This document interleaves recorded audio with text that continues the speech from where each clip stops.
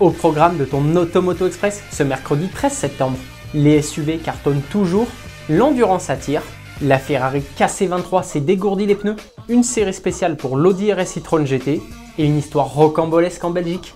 Allez, c'est parti pour ton Automoto Express.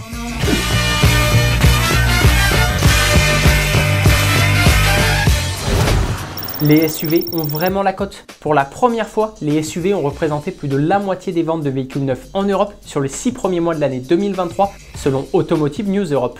Ils représentent 51% des ventes contre 48% l'an dernier sur la même période. En regardant le classement des SUV les plus vendus, on retrouve le Tesla Model Y avec plus de 138 000 unités, le Volkswagen T-Roc et ses 104 000 exemplaires. La troisième marche est occupée par le Toyota Yaris Cross avec plus de 96 000 ventes. Dans le top 10, on retrouve 3 Français, le Dacia Duster, le Peugeot 2008 et le Renault Captur. Si les SUV ont la cote, les Dacia Sandero, Opel Corsa, Peugeot 208 et Renault Clio ne sont pas en reste non plus. Elles ont toutes dépassé les 100 000 unités vendues. Tant mieux, parce qu'on ne peut pas s'empêcher de trouver contradictoire le succès des SUV plus hauts et donc plus énergivores, à l'heure où l'on chasse le moindre gramme de CO2.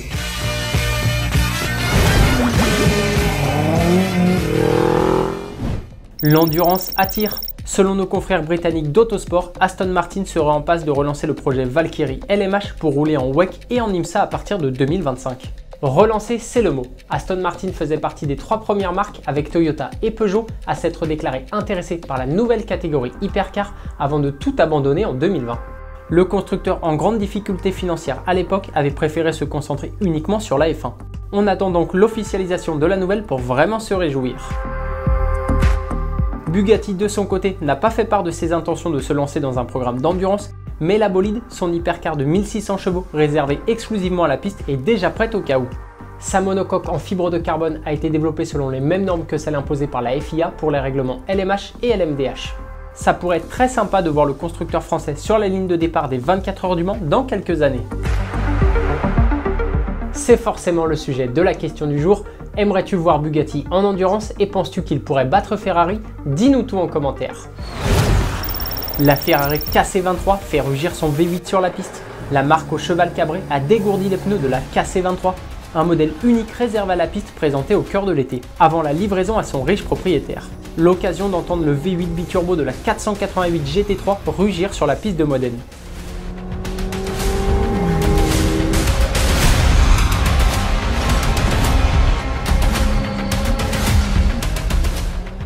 Car oui, cette KC23 est basée sur la 488 GT3 dans sa version Evo. Elle partage uniquement sa base technique avec la voiture de course. Comme tu peux le voir, esthétiquement, elles sont très différentes. La KC23 a une carrosserie inédite avec une face avant très futuriste et ses portes à ouverture en élytre. Elle est réservée à la piste mais n'a plus le droit de courir en compétition. Pourquoi?